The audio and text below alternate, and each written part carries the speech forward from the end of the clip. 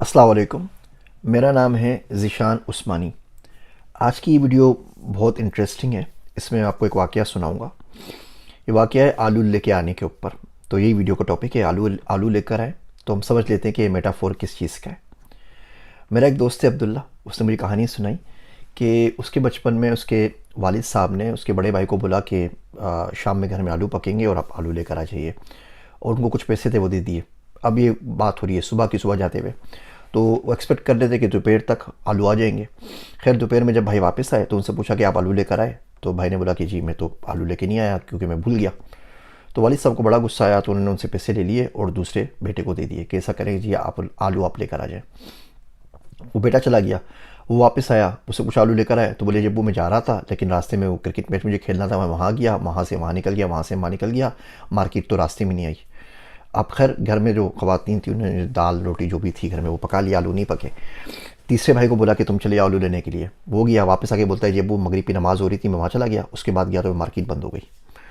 तो अब्दुल्ला कहता है ऐसे में अब पूरा दिन हो गया था इसी बदतमीज़ी के अंदर। तो ऐसे में मैं उठा, मैं आगे बढ़ा, मैं कहा आप मुझे पैसे दीजिए, मैं आलू लेकर आता हूँ। अब वो बाहर गया तो ज़ाहिर बात है मार्केट बंद हो चुकी थी, तो उसने बोला आलू लिए बगैर तो मैं घर वापस जाऊँगा नहीं। तो उससे मालूम किया जी मार्केट कहाँ पे लगती है, तो पता लगा कि थोड़े से 30-40 मील के फासले के ऊपर मार्केट लगती है, मंडी लगती है। वहाँ चला गया, वहाँ पहुँचा तो पता चला कि मंडी तो सुबह 3 बजे खुलेगी। उससे बोला मुझे नहीं जाना, ज़िंदगी में कुछ नहीं करना, मैं आलू लेके जाऊँगा, मैं यहीं बैठा हूँ। तो वो रात भर वहाँ बैठा रहा। सुबह जब मंडी खुली तो उसने वहाँ पे जाके बोला भाई मुझे 2 किलो आलू दे दो। तो मंडी वालों ने बोला कि जी 2 किलो आलू तो हम नहीं देते, क्योंकि अगर आपको आलू लेने हैं तो आपको 1 बोरी या 2 बोरी लेनी पड़ेगी।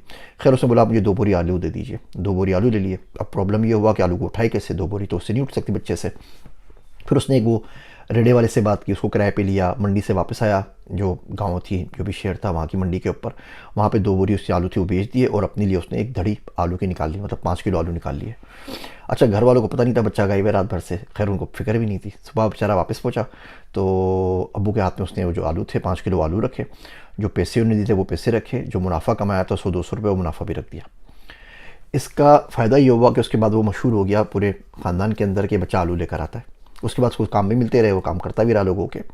लेकिन ये जो आदत है ना आलू लेके आने वाली, ये हमारे बच्चों में मिसिंग होती है। आप किसी को काम दे दें, वो इतने ज़्यादा बहाने करता है, जिस दिन आप बंदा रखते हैं ना उस दिन के बाद से उसके सारे प्रॉब्लम शुरू हो जाते हैं।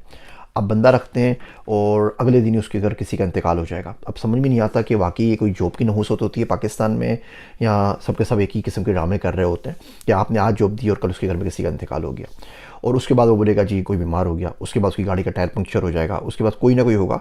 आपको सोल्यूशन ला के नहीं देगा। आपके पास बहुत सारे एम्प्लॉयज़ होते हैं, आप उनसे बात करें कंपनी में क्या चल रहा है, वो आपको 50 प्रॉब्लम बता देंगे, सर ये भी प्रॉब्लम है, ये भी प्रॉब्लम है, ये भी प्रॉब्लम है, ये भी प्रॉब्लम है।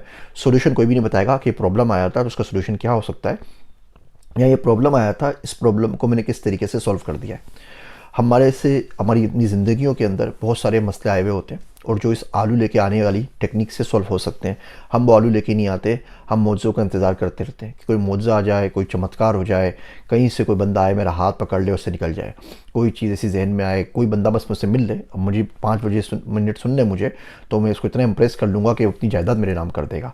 और पता नहीं क्या क्या ख्वाब देखते रहते हैं रोज़ बैठ के। मेरे एक दोस्त हैं, उनसे मैं कहता हूँ, वो नाराज़ भी हो जाते हैं कि आपको बड़ा शौक़ है जंगें लड़ने का और दुनिया फ़तह करने का और सारे मुल्कों को फ़तह करने का, फ़लाँ फ़लाँ मुल्क का नाम आप लेते रहते हैं, तो वो कैसे फ़तह करेंगे? तो कहेंगे देखिए अल्लाह की नुसरत आएगी और हम बिल्कुल फ़तह कर लेंगे, दुआओं से हो जाएंगे। तो उनको बोलता हूँ कि दुआओं से तो आप क्रिकेट मैच नहीं जीत सकते, तो जंग कैसे जीतेंगे? खैर वो फिर नाराज़ हो जाते हैं मुझसे। तो इन मोज़ात का, दुआओं का, इन तमाम चीज़ों का टेंशन लेना छोड़ दीजिए, अपने आप के ऊपर काम कीजिए। जब तक आप अपने आप पे काम नहीं करेंगे दुनिया नहीं बदलेगी। हम में से बहुत से लोगों को पूरे दुनिया को बदलने का शौक़ होता है, पूरे पाकिस्तान को बदलने का शौक़ होता है। सुबह भी पाकिस्तान का गम और रात भी पाकिस्तान का गम, और हर वक्त पाकिस्तानियों की बात कर रहे होते हैं। और पाकिस्तानी में जो खुद एक पाकिस्तानी शामिल है, जो खुद हम शामिल हैं, उसकी फ़िक्र नहीं करते। पूरी दुनिया की इस्लाह के लिए निकल चलते हैं और ख़ुद नमाज़ें नहीं पढ़ते।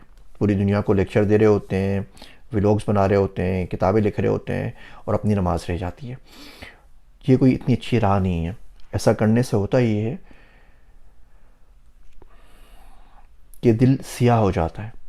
जब आपको पूरी दुनिया की फ़िक्र लग जाए ना, तमाम घर वालों की फ़िक्र लग जाए, बेटे बेटियों की फ़िक्र लग जाए, मोहल्ले वालों की फ़िक्र लग जाए, पड़ोसन की फ़िक्र लग जाए, और अपनी फ़िक्र ना करें ना, तो ऐसा करने से दिल सियाह हो जाता है।